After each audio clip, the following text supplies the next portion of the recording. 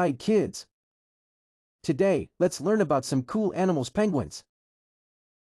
Penguins are birds, but guess what? They can't fly. Instead, they are amazing swimmers.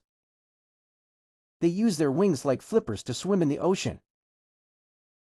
Most penguins live in cold places like Antarctica.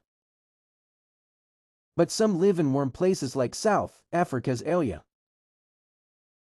Penguins eat fish, squid, and krill. They dive underwater and catch food with their beaks. A baby penguin is called a chick.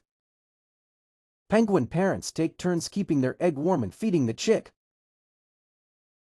Penguins look like they're wearing little black and white tuxedos.